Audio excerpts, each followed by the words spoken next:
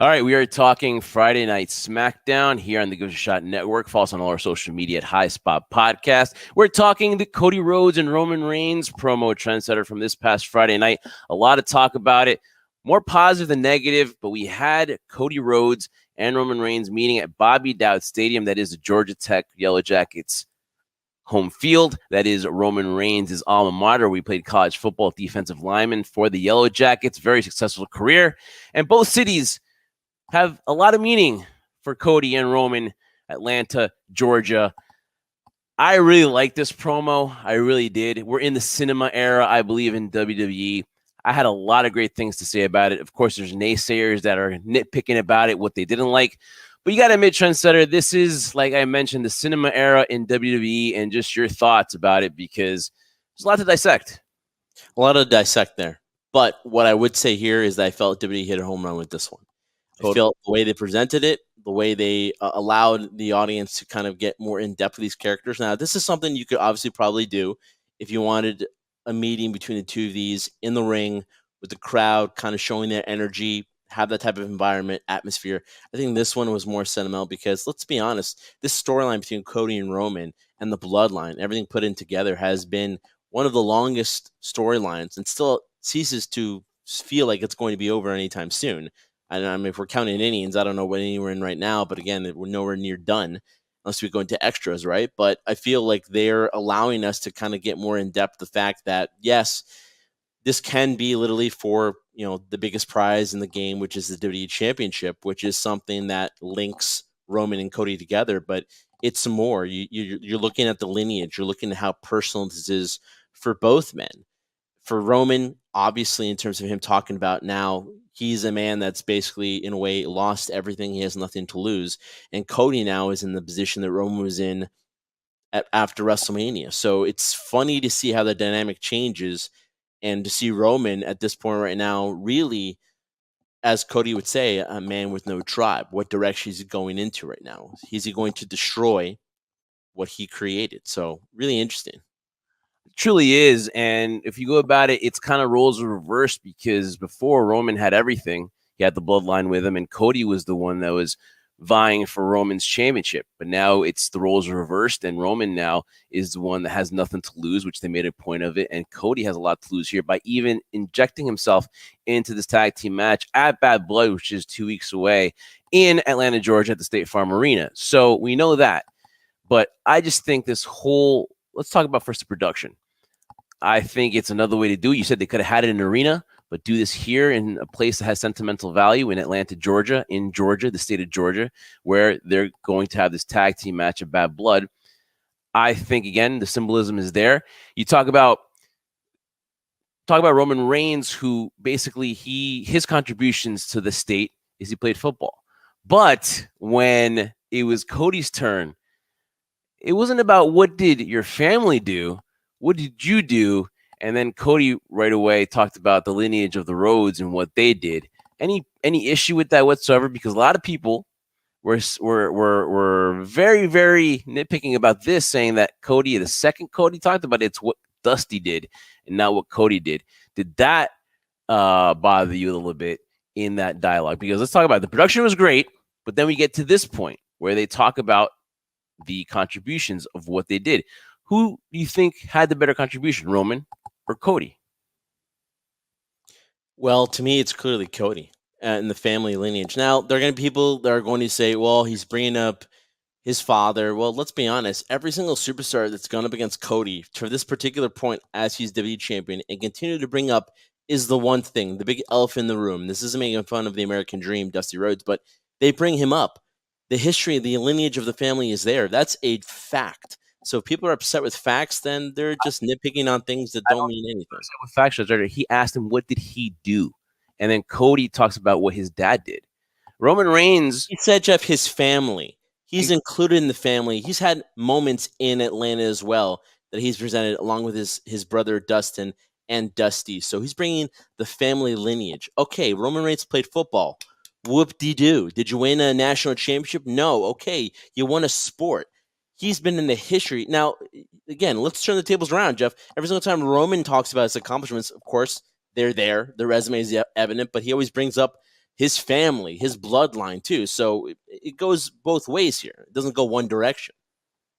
So to the people that were kind of dogging Cody on that, was it just something to just maybe just do a little, like maybe just nod him even more, prod him even more into this just dislike for Cody as the WWE champion right now? It's probably leaning in that direction. But back to the comment though, he talked about his family. Okay, but he meant it because the link between family and Atlanta, Georgia is that this is his home. That might be Roman Reigns' stadium, but this is his home. So Roman in his moniker thinking everything is still his, although he doesn't have the one thing that means he is the man in WWE, which is the WWE Championship. I thought was kind of contradictory. Yeah, I thought honestly Cody got the one up on him for saying that because it's like, yeah, this might be your arena, that might be your park benches and your little grass here on the field, but this whole place here, as he mentioned, all the areas around the stadium, this is his home. So enjoy the stadium. You played football. Congrats. The legend of the Rhodes family, with him included, have been really impactful in Atlanta. So of course, Cody and of course the family has a lot of roots in Georgia, and like Cody said, and I agree with you that Cody got the one up there because even Roman Reigns, no pun intended, had to acknowledge that because he said as soon as he was done with it, he went to the beach. So we know what that means too. Boom, went to Florida and the sun and the palm trees and all that good stuff.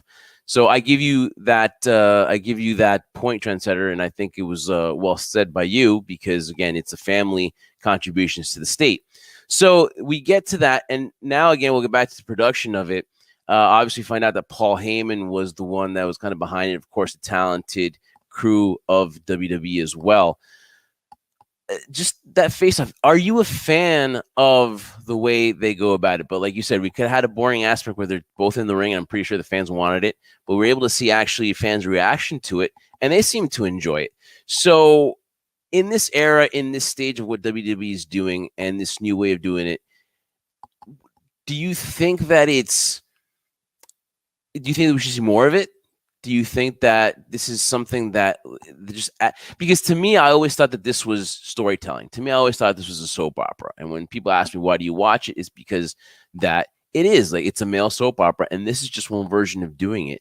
I know a lot of people are saying, "Oh, it's not like in the '80s or the '90s." It's different. You have to evolve, and I think this is a great evolution of what WWE is doing, and it adds to the story because we could have had it in the center of the ring. Instead, we had it in the center of a football field, where again the city is what matters. Where the tag team matchup is going to happen in Atlanta is the backdrop. That's to me the most important thing. I think that they made a great point.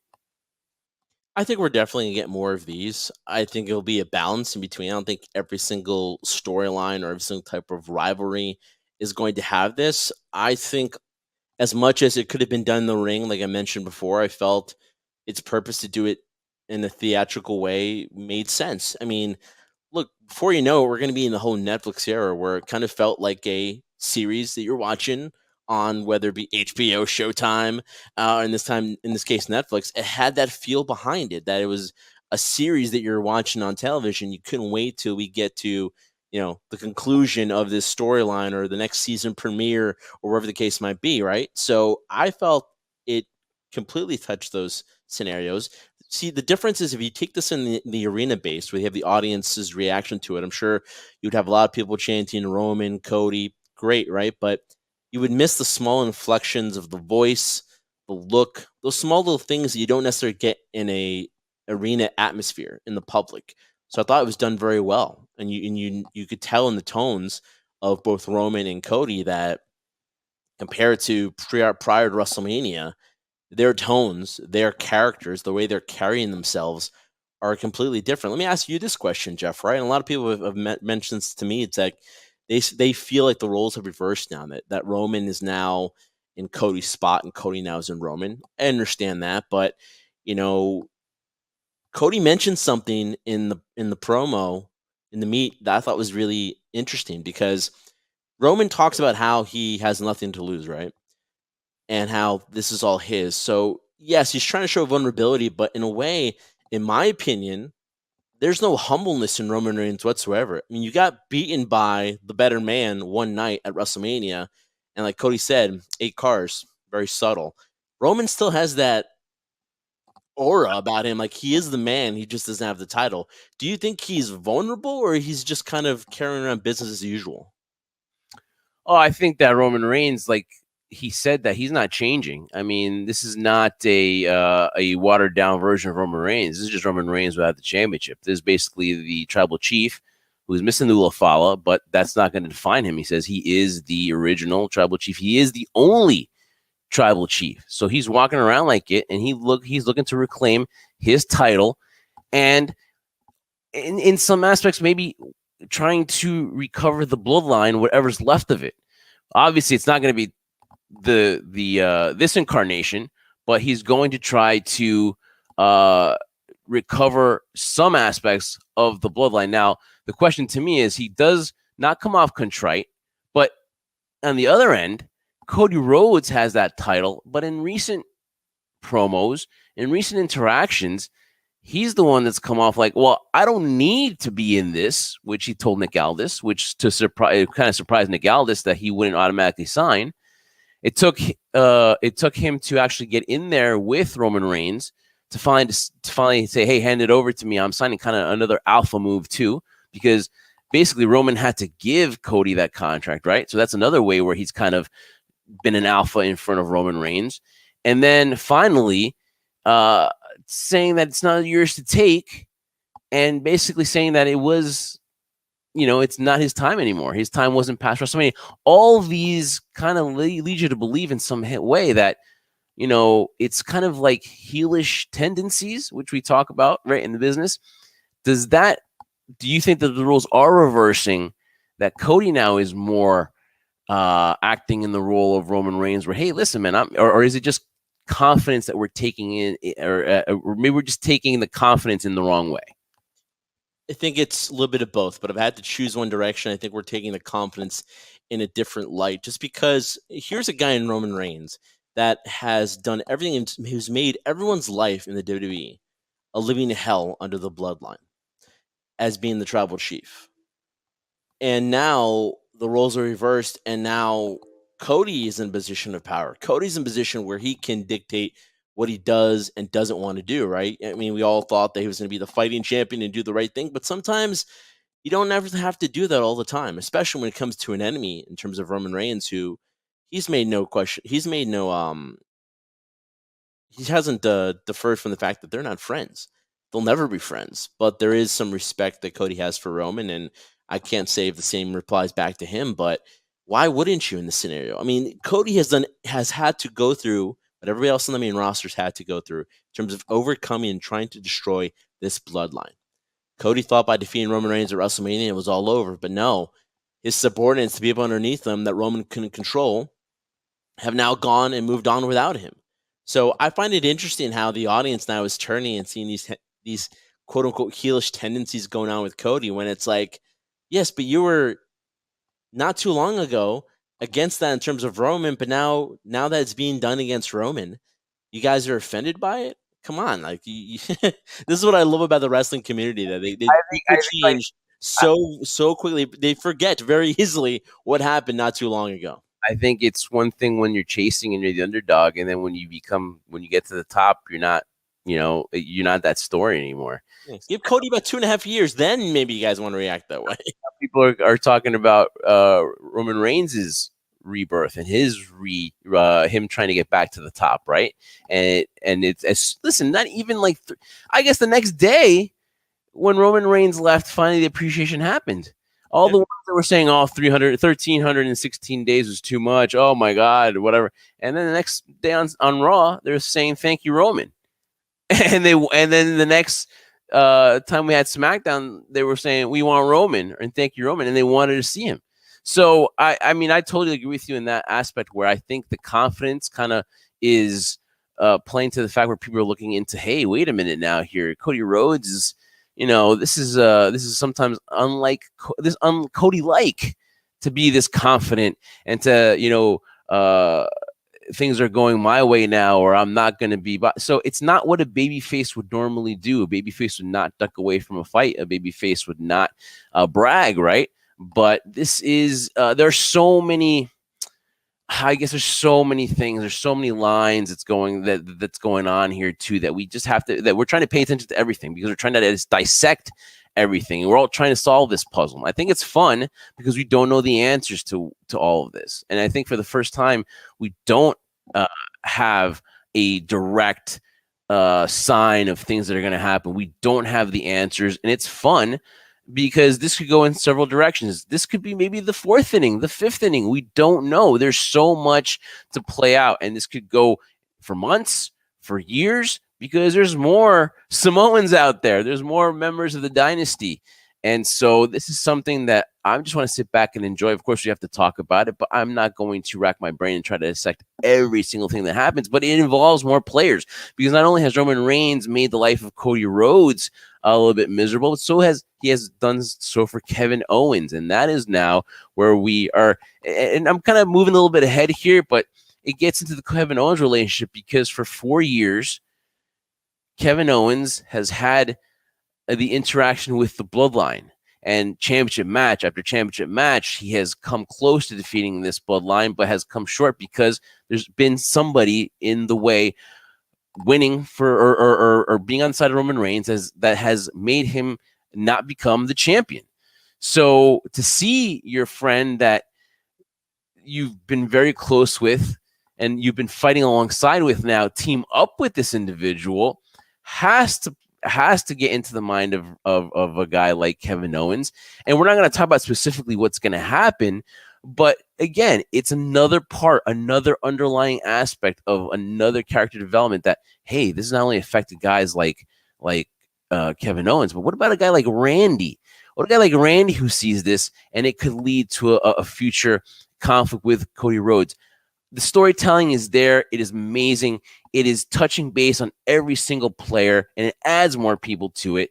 And I just think that's also a great element that they're doing right now, because it's not just a story with Cody and the Bloodline. It's also with Kevin Owens and perhaps Randy as well. Yeah, I'll just add a little bit onto that too. When you look at a guy like Kevin Owens, for example, you see the look on his face after SmackDown, and Cody came in to help him against the Bloodline that were beating on him mercilessly.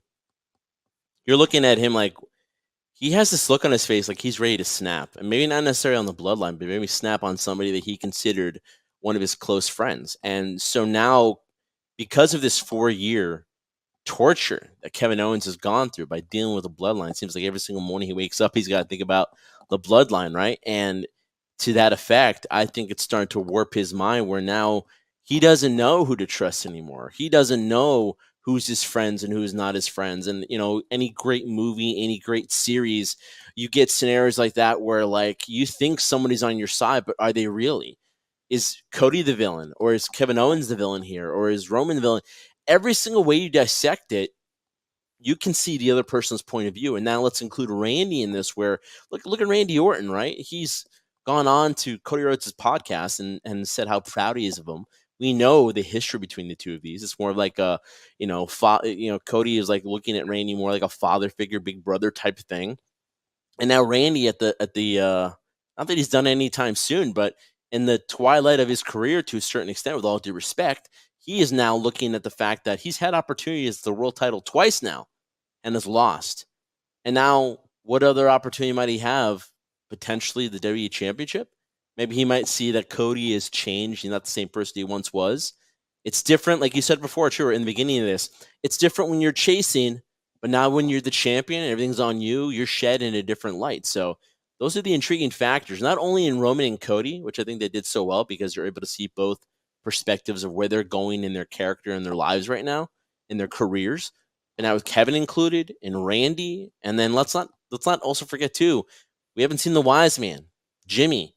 Where does Jay fit in this whole scenario? Jay's kind of in a singles run himself where he doesn't want to do anything to do with the Bloodline. And The Rock is the big question mark as well. All this stuff is really intriguing going into the fall and winter season. And then you talk about as well, when we get to Randy as well, is that, remember, the Bloodline are the guys that took him out. The Bloodline are the guys that had him out of commission for a while. And now he's coming back and he's fighting alongside Cody. This, to me, is a good way for them to start the rivalry as well, for Randy having a reason. We need to know a reason why Randy would turn, because it's all been lovey-dovey. It's all been, hey, listen, I'm there for you. We've had the tears on the Cody's bus. But there's got to be a reason why Randy would turn. So that is a very good reason to inject. What would Randy's reaction be that he's fighting alongside Roman Reigns at Bad Blood?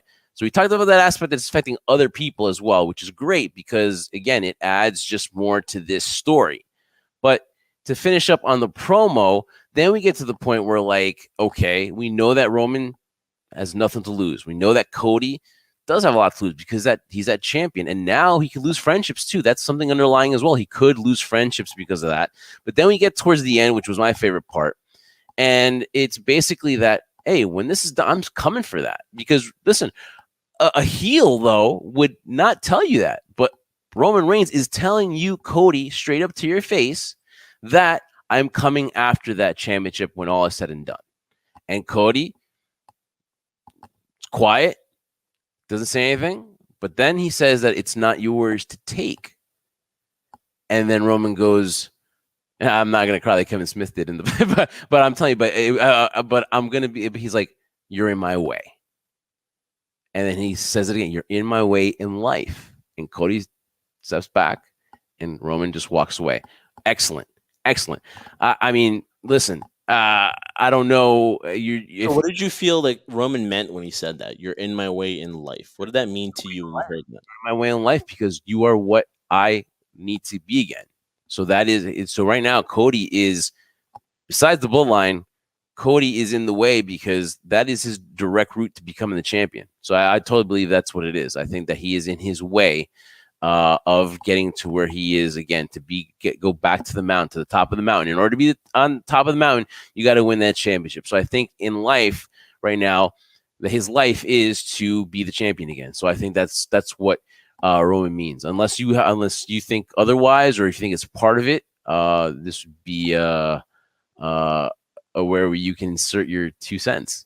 Yeah, I mean, I get your point on that. I think it's a valid point. But to me, when I heard Roman looking down, not looking Cody in the eye anymore, and saying you're in my way in life, I got from that, as anyone would, when you dissect the movie, you just like dissect the scene, right? To me, it felt like Roman's like, you are that one blemish in my life that I can't get rid of. And now I need to make right by how he said too, once it's all over, I'm coming after that. So it is for the and with Cody interjecting, and then after letting him go, prior to him saying the line, you're in my way in life, he said, it's not yours to take. And that's the hardest thing for anyone. Let's be honest here in this industry too. Like, spaces on top are few and far between. And when you have that, you protect it. It's yours. I mean, when you are the man, you are the guy. I doubt any professional wrestler, sports entertainer, whatever you want to call it, would say it's easy to let it go when the company decides to move in another direction, regardless whether they're right or not. It's hard to step down because you still feel you are that person. You don't want to give up that position in that spot. So when Cody said that comment, I felt realism in the two, saying that, you had your time. And not that his time's anywhere near done in terms of Roman. I'm sure he's, his career is still not even close to being over yet. But when Cody said, you've had your moment in the light, now it's my turn. And the confidence in which he said that was like, he's not letting this go without a fight, as you would expect, right?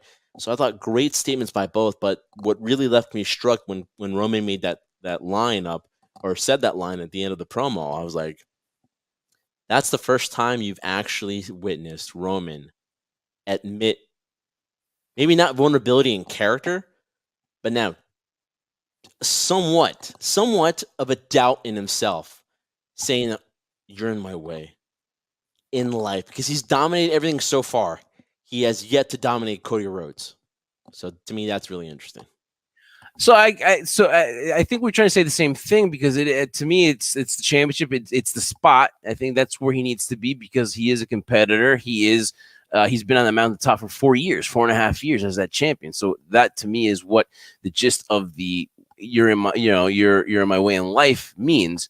For him to be complete, for him to be on top of the mountain again, for him to be the man, he's got to be the champion. And right now, that championship is possessed by Cody Rhodes. So now, though, we get into this. How are they going to coexist at Bad Blood?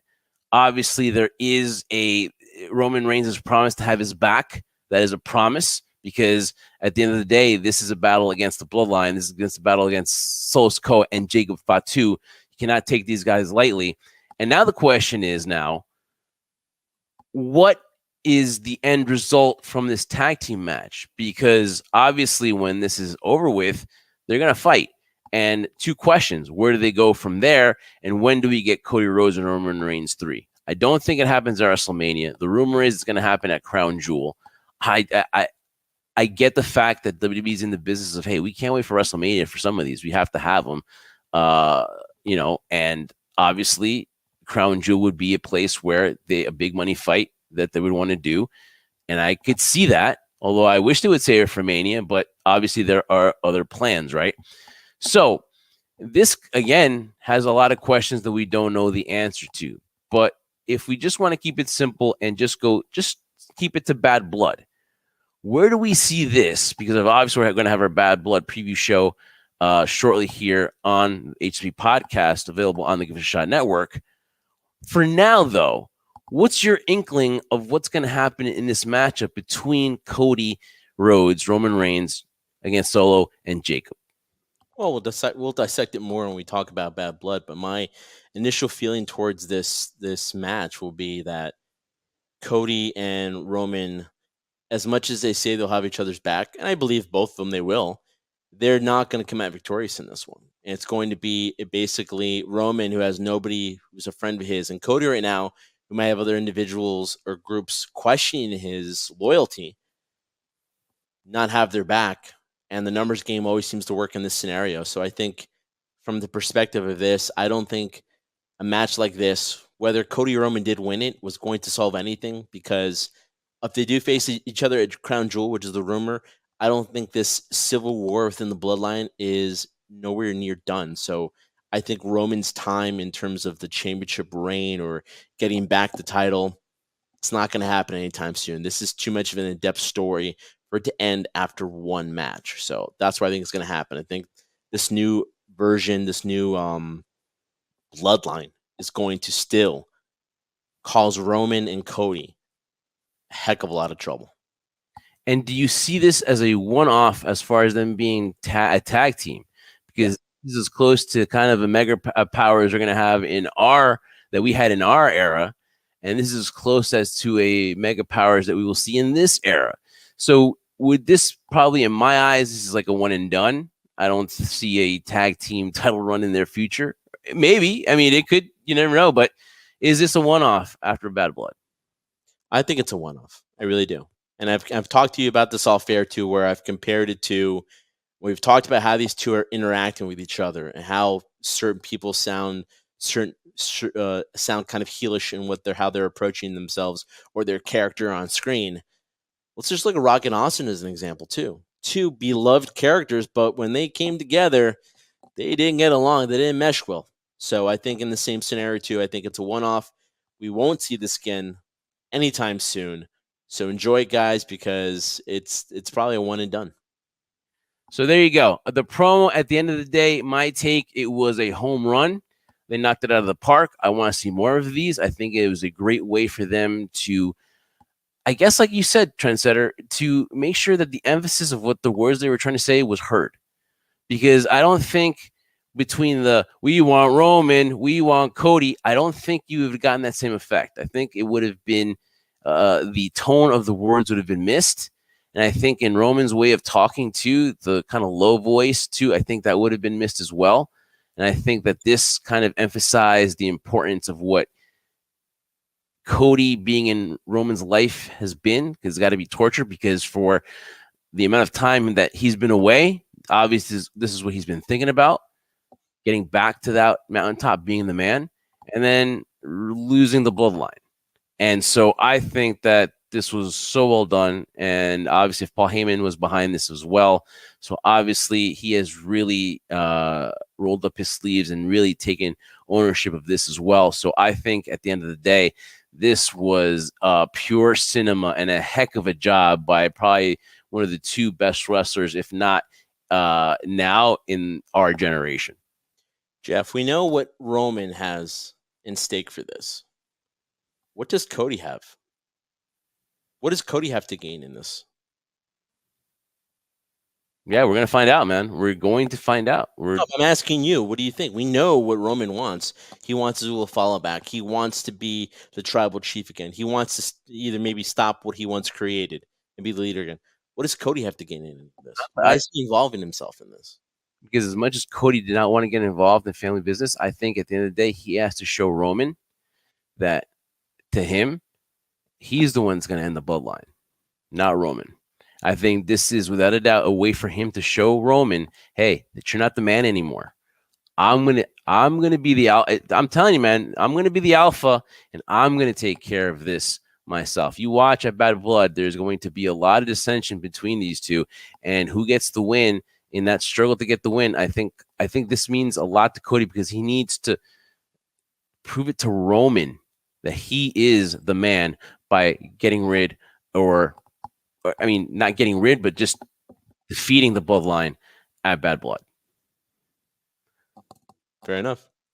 Guys, we have dissected the Cody Rhodes and Roman Reigns promo.